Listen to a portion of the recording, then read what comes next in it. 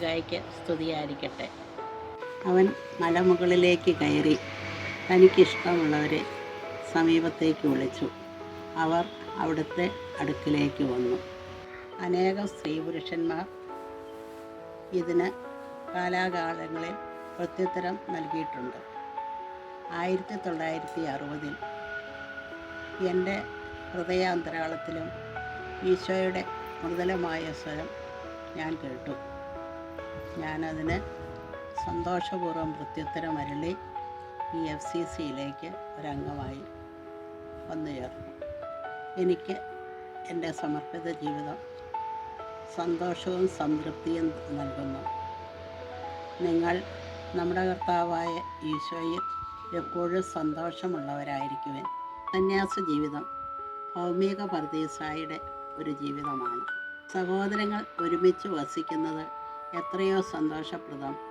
സങ്കീർത്തകൻ ഇപ്രകാരം ഉരുവിടുന്നു: പരാജയങ്ങളും പരിമിതികളും സങ്കടങ്ങളും ഉണ്ടാകുമ്പോൾ കൂടെ നിന്ന് സഹായിക്കാനും എൻ്റെ സഹോദരങ്ങൾ എനിക്കുണ്ട്.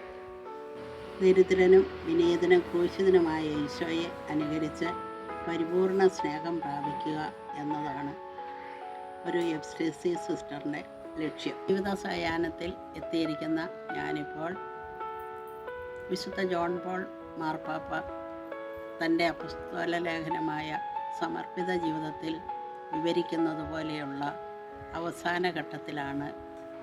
പ്രാർത്ഥനയിലും അത്യാവശ്യമായ വിശ്രമത്തിലും സമൂഹത്തിൻ്റെ ചെറിയ ജോലികളിൽ ഏർപ്പെട്ടും ജീവിക്കേണ്ടവളാണ് ഞാനിപ്പോൾ. എനിക്കൊന്നിനെക്കുറിച്ചും പരാതിയില്ല. സമൂഹത്തിൽ ചെറിയ ചെറിയ ജോലികൾ ചെയ്തും പ്രാർത്ഥിച്ചും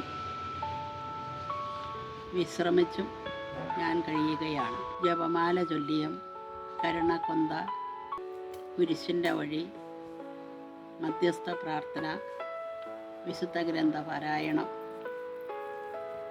എന്നിവയിലൂടെ ലോകത്തിന് വേണ്ടി ഞാൻ മാധ്യസ്ഥം വഹിക്കുകയാണ്.